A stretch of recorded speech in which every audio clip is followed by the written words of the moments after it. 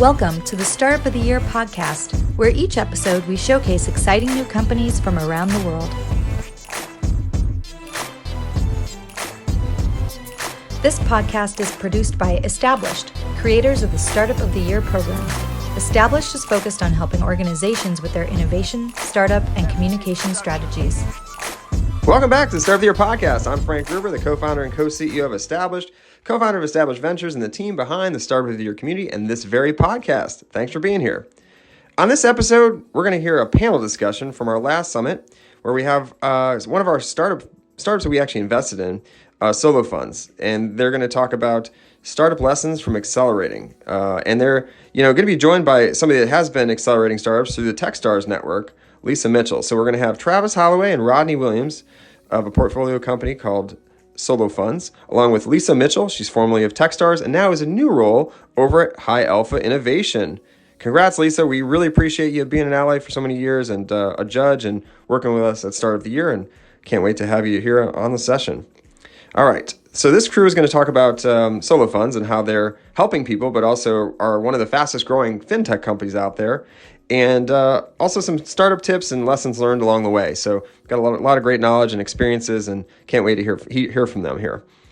All right, so before we jump in, though, we're going to continue on our segment where we actually are shining a light on a company in our community. And today it's going to be a company called BlueRecruit. BlueRecruit is a direct hire marketplace for skilled trade workers who want to build their career and the companies desperate for their talent. They remove the inefficiencies of resumes and job posts and focus on their skills and experiences that matter. So if you want to learn more, if this sounds interesting to you, just go over to BlueRecruit.us. Again, it's BlueRecruit.us, and learn more right away. All right, now let's jump into the conversation with Travis Holoway, Rodney Williams, and Lesa Mitchell. Take it away. Rodney and Travis, founders of Solo Fund. And I know we have a short period of time and an amazing company, so I have no idea how we're going to push the learnings in here. And former winners of this competition. So let's jump right in. I mean, I met you guys when you were super early, and now you're, making millions of dollars a year. So give us a little hint, both in terms of where Solo Fund started. You don't have to go into your why, but your Solo Fund started and, how you got from there to here. Yeah. Well, hello, everyone. Rodney Williams, obviously co-founder alongside Travis. I like to say our simple start story. We both had this pain point amongst our friends and family, needing access to capital. It was $50 for gas. It was $200 for a utility bill. When we started to dive in deeper into that problem, it was a much bigger problem than we ever imagined. And that was the premise for Solo. Travis then made his way across the United States, starting out originally in New York City, made his way to Columbus, Ohio, in an accelerator, to then Cincinnati, Ohio, to then Kansas City. Techstars. Then to Los Angeles. And it's been obviously a long journey.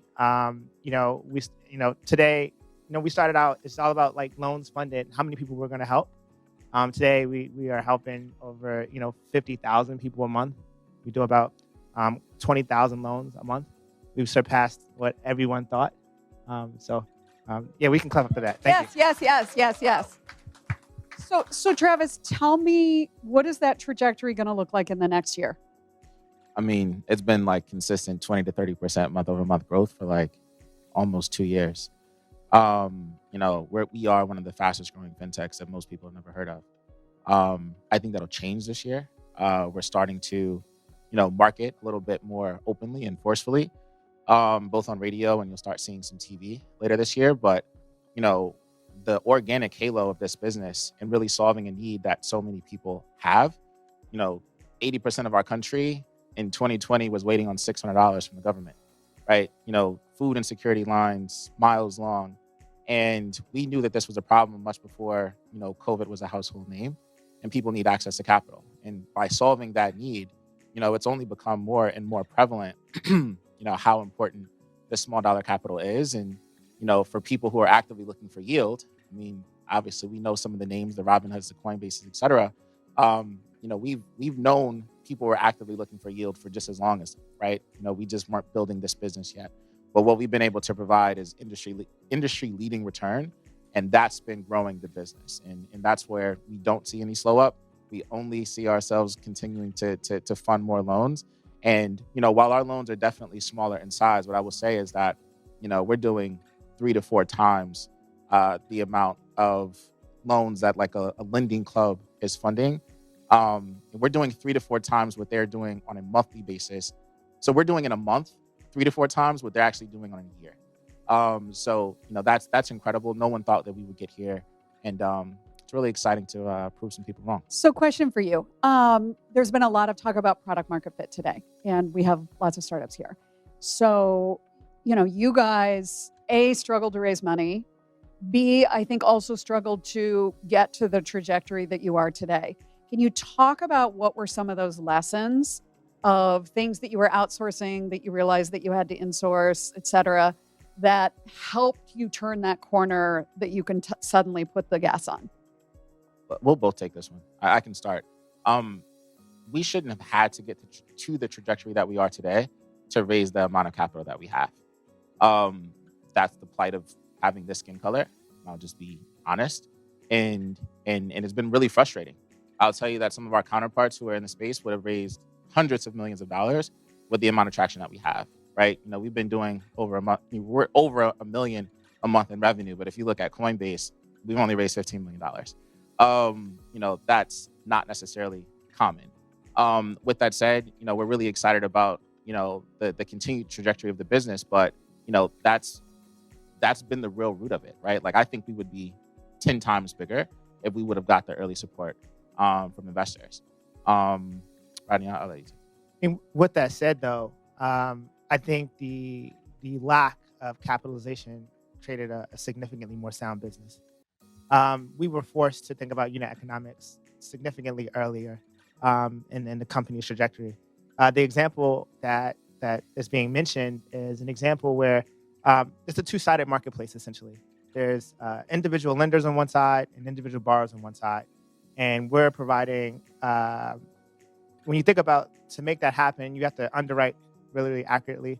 You have to be able to recover delinquent loans, and then you have to protect the marketplace. At one point in time, we probably were outsourcing pieces of all of that. Eventually, we had to bring that all in-house. So we had to bring an underwriting model that was really intelligent and learned via AI models and things like that. We had to bring a recovery process that has to perform better than any other recovery company in the world. And then obviously we had to protect the marketplace. Think about a guarantee that you would see on StockX to make sure your shoe is the right shoe, right? It's those type of protection. And those things are what we brought in-house, built it all proprietary, and relaunched the platform, literally less than 10 employees at the top of 2020. And essentially that's when everything took off for us. So definitely a struggle. I would say we're challenged because the founders we're challenged because lending isn't in everyone's thesis. We don't use any buzzwords. I hate buzzwords, blockchain, DeFi, or any type of AI. Like, you have to talk to us after about 20 minutes before we start talking about those things. But the reality is, like, we focused on unit economics and tried to prove everything wrong. We knew that we can grow. We knew that we had real product market fit, regardless of the unit economics. So what's the plan? You're in the U.S. Is there an opportunity to go elsewhere? Two questions. What's the plan is my first question. And then the second one is, Jesse Williams was in here earlier at Flybridge talking about community. What does community mean to your lenders? So I'll actually start with the latter. I'll start with community first, and then that'll kind of lead to global expansion. Community for us, right? We built a platform off of what we call the power of financial collaboration. We always felt like people who had discretionary capital would be able to deploy it, earn significant returns, but also help people who need access to small dollar loans not be forced to either go to friends and family, which was the pain point Rodney and I originally felt, or they wouldn't have to go take traditional payday or title loans, which, if you have any knowledge of that industry, it's quite predatory. So by allowing the profits that are actually made in our platform to go back to everyday regular people, we were really building a community. And, when you think about things such as we match loans amongst complete strangers on an average of 28 minutes. That's the equivalent of your car breaking down on the side of the road. You post a loan as a borrower with your own terms, and then some stranger decides that they're going to help you fix your car. Before the tow truck pulls up, some stranger is giving you money. Like, that's community. And when that happens, it's a really delightful experience for the borrower who gets their funds, but it's also a much more delightful experience when that stranger actually pays you back as a lender. And when those two things happen, people will then go tell other people, and that's where the flywheel happens. Very similar to the way that we use Uber all the time as an example. You press the button, some stranger came and said, I'm willing to take you wherever you want to go. When you would go tell someone else about that experience, some people became drivers, some people became riders. And that's really, really powerful from a growth perspective. From a expansion perspective, we wanted to have an impact. And impact doesn't just mean that a kid in the South Bronx is able to eat because his mother was able to put food on the table from a loan from Solo. It's the same impact that we want to have for a little kid in Nigeria or for someone who's, in Guatemala. So with that said, we do have a plan to launch in at least one global market later this year. We're determining exactly where that will be, so I won't spoil anything just yet. But we do know that, if you think about the economics of the world, there's a ton of countries that have growing middle class that is actively looking for yield, and there's a limited number of opportunity. Very kind of dissimilar to America, where we have a shrinking middle class and growing working class. But these people actively looking for yield, we're able to provide them with a return that they just can't get anywhere else. The only thing I would add to from a vision standpoint, we started out as this marketplace, and it's attracted and created a great wedge for other financial services. So within a few weeks, we will be opening up consumer deposit accounts to all of our users. Actually, all of our users are actually built on a banking infrastructure. So we actually have over nearly 400,000 consumer deposit accounts. Once we actually make that live, we will be the largest challenger bank for underrepresented communities, but as well as everyday Americans. So, thanks. So what advice do you have for the people in the room who have been toiling away at their company for the last year or two, are able to scrape together a little bit of money, but need to raise and are hitting walls? I mean, you've been there. How do you manage your psyche through that? I think is the first question. And what do you think helped you get over the hump? You should be a little bit excited that you know something that everyone else doesn't know yet. If you use the no's as just power to take you to the next level, like for me, I don't internalize the word no. It'll frustrate me a little bit at times when you think someone gets it or they're supposed to get it and they don't. But if you don't internalize it and you just use the no as a not yet, it'll get you through some of those difficult times. I do think that has been the story of Solo. We've got a lot of no's, and we just get more resourceful. We figure out other ways, right? We couldn't go get a debt instrument, so we launched an insurance platform to guarantee loans ourselves with our own cash flow. Like, it's painful, but we figured it out.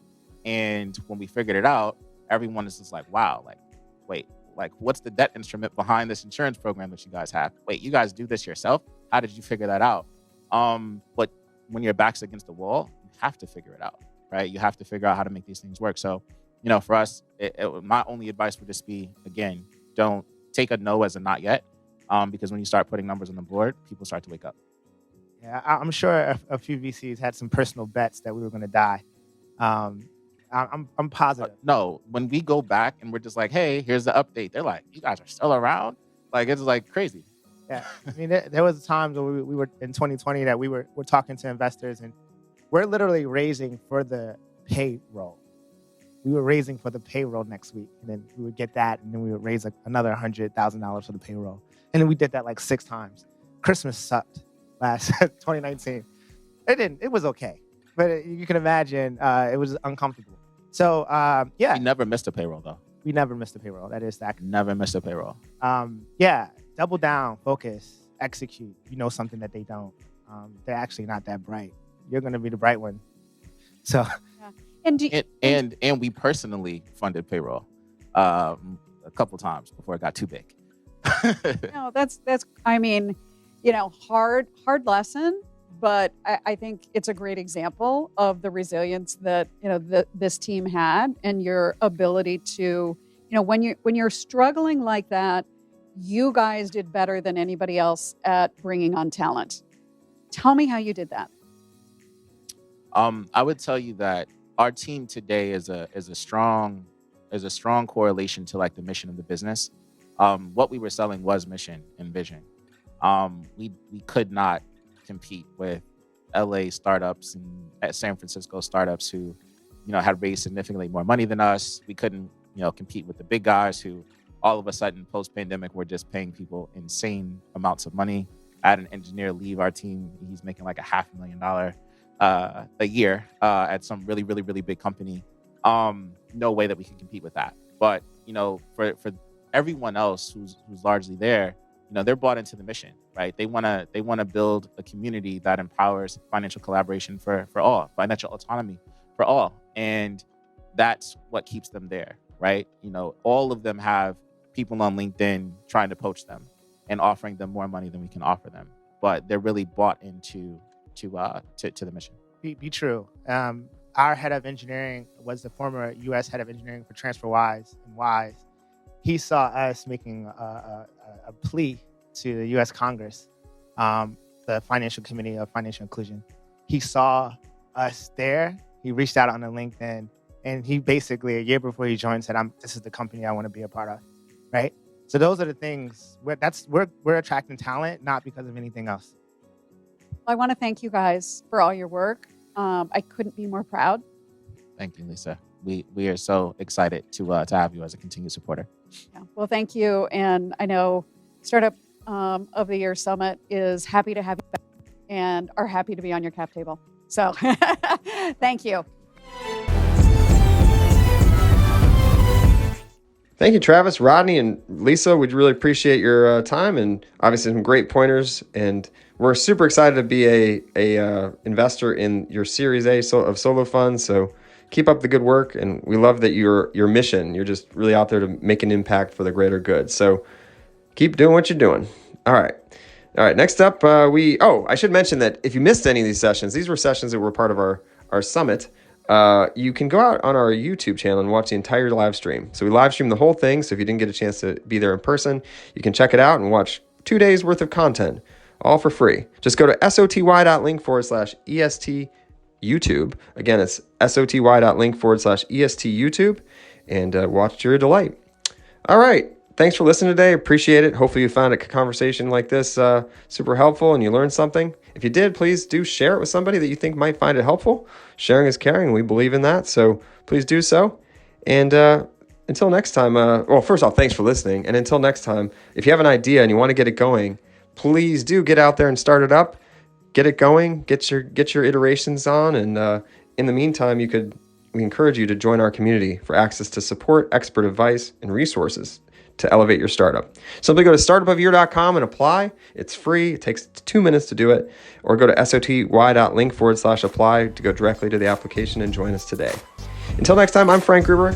Good luck out there starting up, and have a great day. Thanks for listening to the Startup of the Year podcast. Be sure to subscribe, and we'll be back with another episode soon.